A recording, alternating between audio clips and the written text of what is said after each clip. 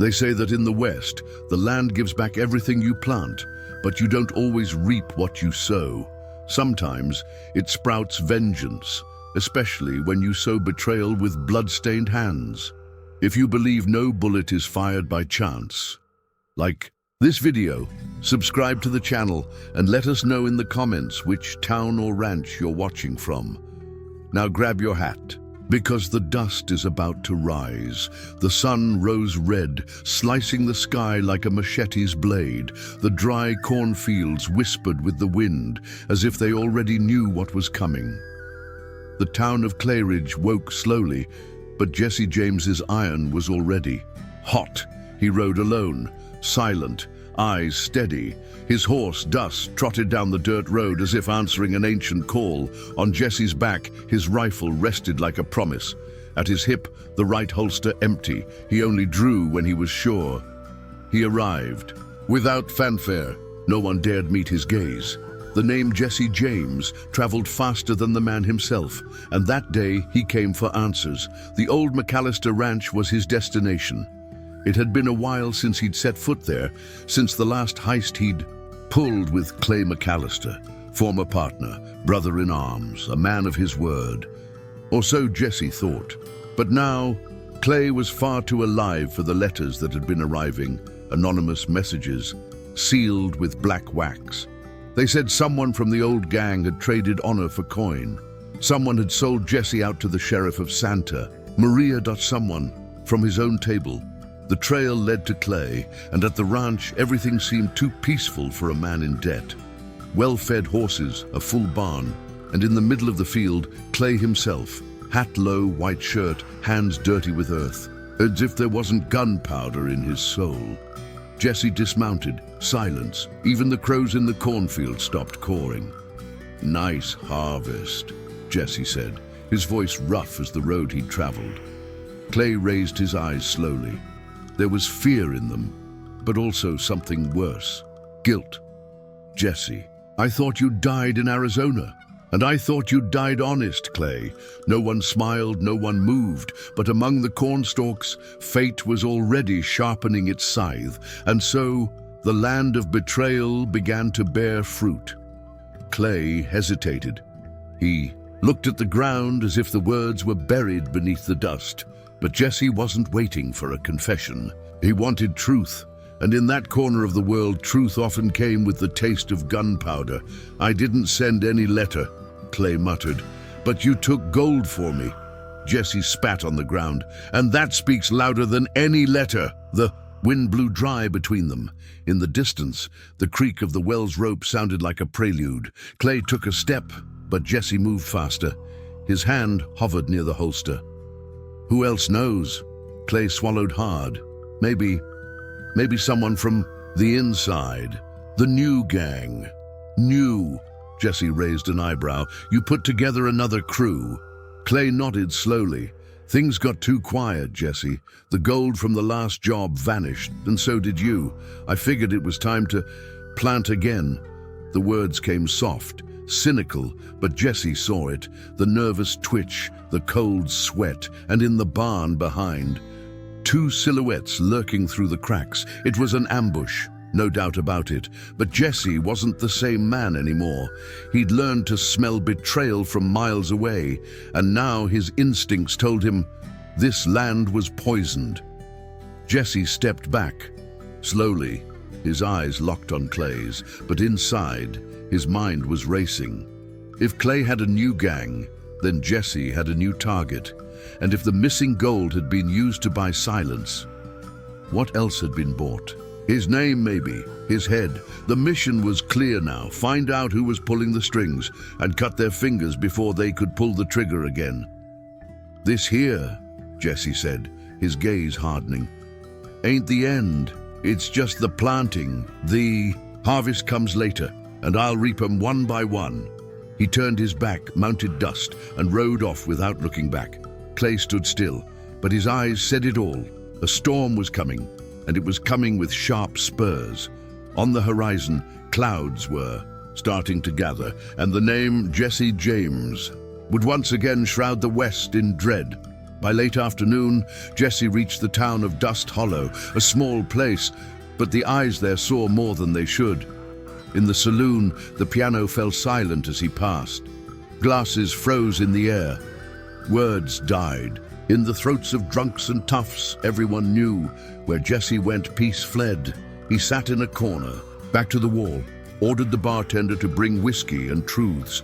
He'd pay well for both, but the latter always cost more. That's where he heard the name he didn't expect. Dutch Weller, former bounty hunter, cold, silent, known as the Harvester. Wherever he went, it was him Clay had called, not just to protect his new gold, but to end the old ghost who'd returned from the desert, Jesse. Dutch was different from the rest. He didn't show off, he didn't smile, and he didn't miss. He carried an old Bible in his saddlebag, a scar on his neck, and a Winchester rifle with a stock carved with scratched-out names, all dead. They said he spoke to the dead, and that he never killed in anger, but with method.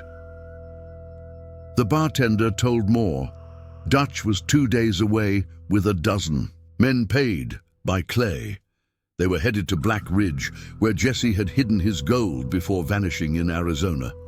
The message was clear. They wanted to cut the past at its roots. But Jesse was a deep root. He finished his whiskey, stood slowly. In the reflection of the cracked mirror, he saw 2 goons trying to slip out the back door. He took 2 steps. The saloon froze. If you run, I'll shoot you in the back.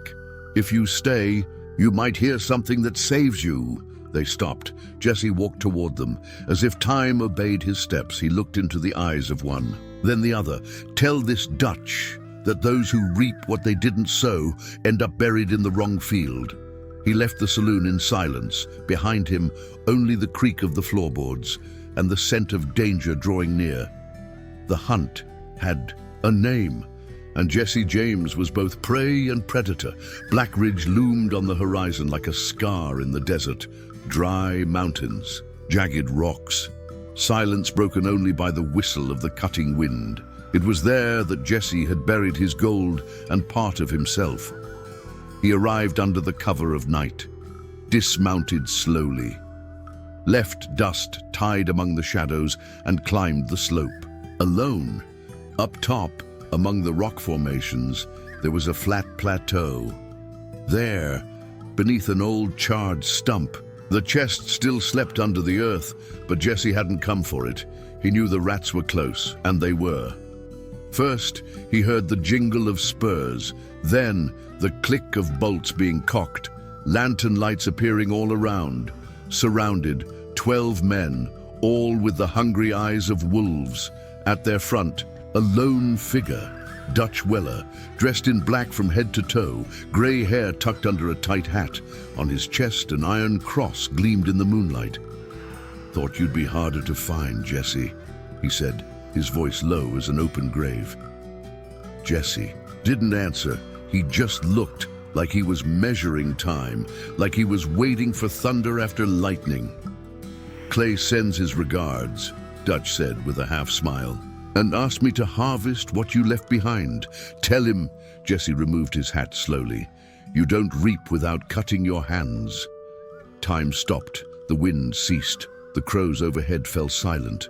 And then a shot. No one knows. Who drew first? Only that hell came with it. Crossfire, gunpowder and screams, men falling like dry cornstalks in a storm. Jesse rolled through the rocks. A bullet grazed his rib. Another splintered the branch above. But he was living dust. He was the whirlwind. He drew fast. 2 perfect shots. 2 fell. He ducked, spun behind a rock. And there, Dutch was waiting. They locked eyes. Old West and New Death. Experience and calculation. Iron and silence. Both drew a dry crack. Then the echo of the mountains. Dutch fell to his knees, hand on his gut, dark blood staining the iron cross. "Why?" he muttered. Jesse stepped closer. "Because you reaped where I buried," and then silence returned, heavier, denser. The other men either fled or became part of the earth. The gold was still there, But Jesse didn't touch it. That night wasn't about wealth, it was about settling scores, about roots, honor, and a just harvest. In the distance, lightning tore the sky, but there in black ridge, only dust remained and a name etched in the night: Jesse James. Dawn broke cold over Black Ridge. The dust still hadn't settled when Jesse mounted dust. He looked one last time at the plateau, now stained with mourning and silence. There was no glory, there were no cheers, only the weight of staying alive. The gold remained buried. Dutch, lying among the rocks, would be claimed by time like so many others. And Jesse would ride on, not because he wanted to, but because it was what remained. He descended the trail without haste. Each step of the horse sounded like a funeral drum. The mission was done, but doubt still rode with him. Clay was still breathing, and as long as he was, the story wasn't over. In Dust Hollow, the news would arrive before him. Some would swear they saw him die. Others would swear he gunned down 12 with his eyes closed. And others would swear he no longer existed. But Jesse James rode on, because legends don't get buried. They spread, and for every man who plants betrayal, there'll always be a Jesse lying in wait, ready for the harvest. If this story stirred up the dust on your side of the screen, leave a like, subscribe to the channel, and tell us in the comments, which Old West legend do you want to see next? Gunslinger, a sheriff, a drifter, or even an old horse thirsting for justice until the next trail. And remember, in the West, even silence carries secrets.